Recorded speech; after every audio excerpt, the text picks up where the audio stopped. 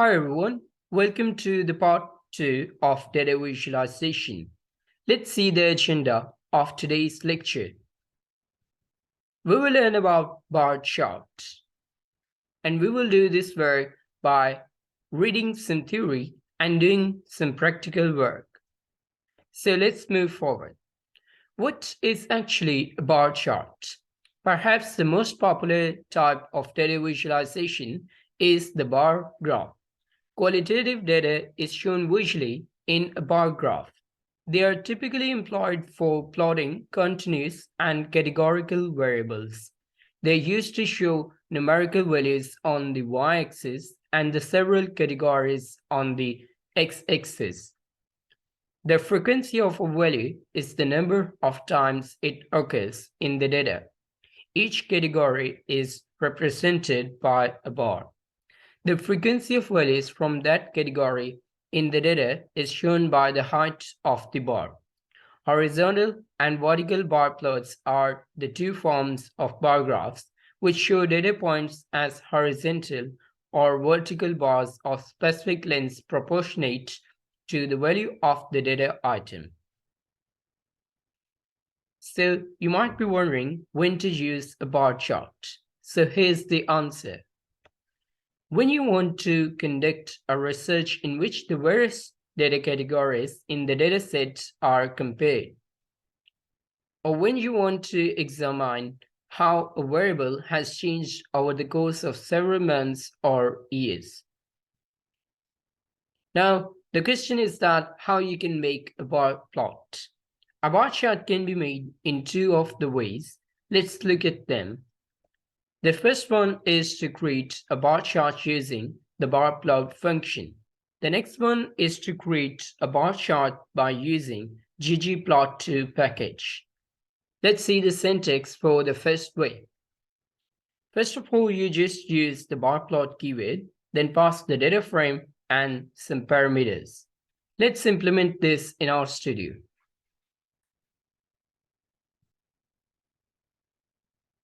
First of all, I will set my working directory.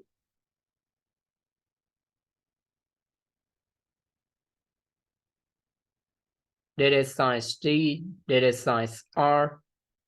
All right, here I say msleep, and I use the function of read.csv to read my CSV file. And here I say msleep.csv, and next I say head msleep.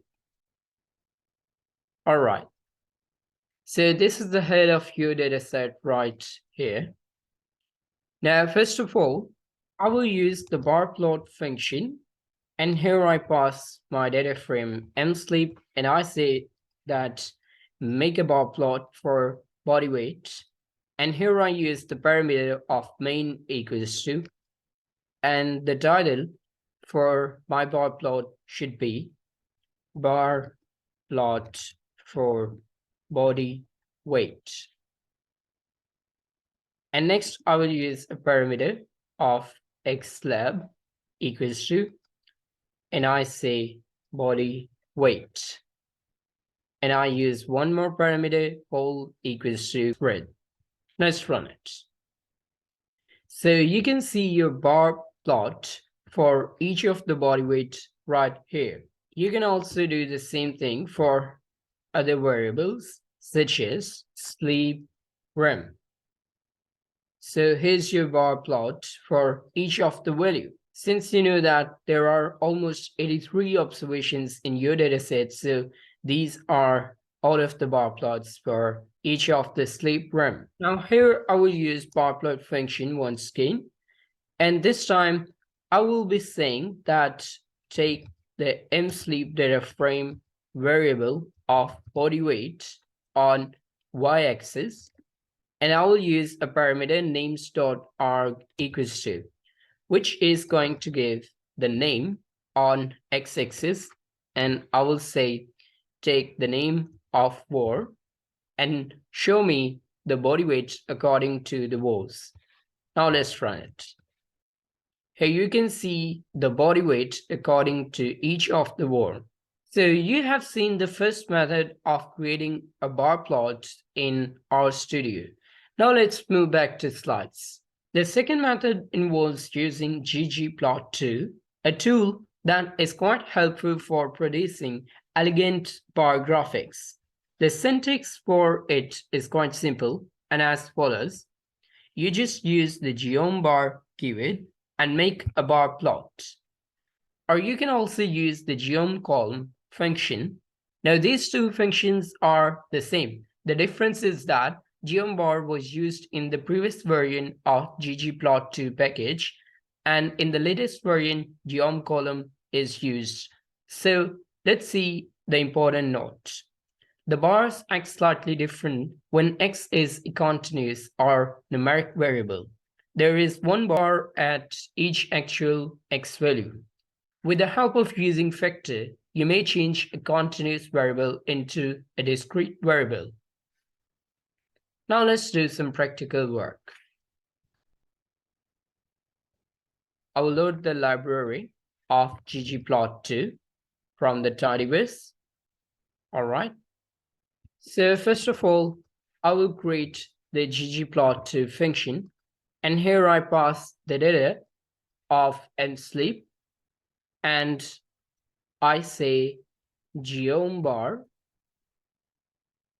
and inside the geom bar, I pass the mapping, and I use the static function, and here x equals to awake, because I want the awake variable of msleep data frame to be on the x-axis. Now let's run it. So you can see the bar plot count for each of the value of awake. Now, another way to do is that you can use the ggplot function. You pass the data frame, which is msleep, and you say start count. And here you pass the mapping and a static function, and x equals to, let's say, sleep rem. So it works the same as geom bar if you provide only one variable on x-axis. Now let's say this time I create a function of ggplot2, and I pass the data frame as msleep, and this time I create the mapping globally, and I say static equals to, and I pass the variable of awake on x-axis, and I say that fill equals to, and inside this parameter I pass the column of war, and here I say create a geom bar for this line of code. Let's run it. Now you can see the awake values according to war. And you can see here that the war of Carney has the highest count in this awake. Now what if you want to change the direction of your plot? You will just add one more function of code flip after the geom bar, and you will say that the orientation has been changed. You can also do one more thing here, which is actually changing the theme. You can say, let's say, theme minimal. All right, let's run it. So the theme of this plot, or you can say the background, has been changed. There are also the themes available such as theme dark and so on. Anyway, let's move forward. Now this time I'm going to do something different. I will use two variables in my bar plot. I will say ggplot2 data equals to msleep, and here I pass the mapping equals to, and then a static function, and I say x equals to war and y equals to body weight. All right, and here I use the function of geom bar, and I say that start equals to, identity. All right. So you can see the count for body weight in each of the war. Now herbivore has the highest count, which is the sum of all of the counts of body weight in this war. This looks a little dull. Let's say I want to make this plot more beautiful. So I will say ggplot data equals to and sleep, and I use the geom bar, and here I pass the mapping parameter, and then I use the aesthetic function, and I say that take var on x-axis and fill equals to var, and I use the parameter of na.rm equals to true to just ignore the missing values. Now let's run it. So you can see here that this looks more beautiful. You know that you have almost 35 count for the war of Herbie, and the count is 18 for the war of Carney. Insectivore has the lowest count in our dataset. It means that the values or the observations that contains the war of Insecti are the lowest. Now one can also do something like changing the luminosity of the color. So in order to do that, I will use a parameter of alpha in my geombar function, and I say alpha equals to 0.7. Now you can see the difference here in the color of the bars. Let's say if you want to use some different colors, then you can say something like, I will add one more function after the geombar function, and I will say scale fill blur, and inside this function I pass the palette equals to, and I say that set free. You can see the change of colors in your bar. Now let's do an interesting thing here. I will say ggplot2 and data equals to msleep. All right, and here I use geom column function. All right, here I say mapping equals to aesthetic, x equals to conservation, and y equals to awake, and fill equals to war. And here I pass a parameter na.rm equals to true, and I use one more parameter of position equals to dodge, because I want to see my columns, bars separately.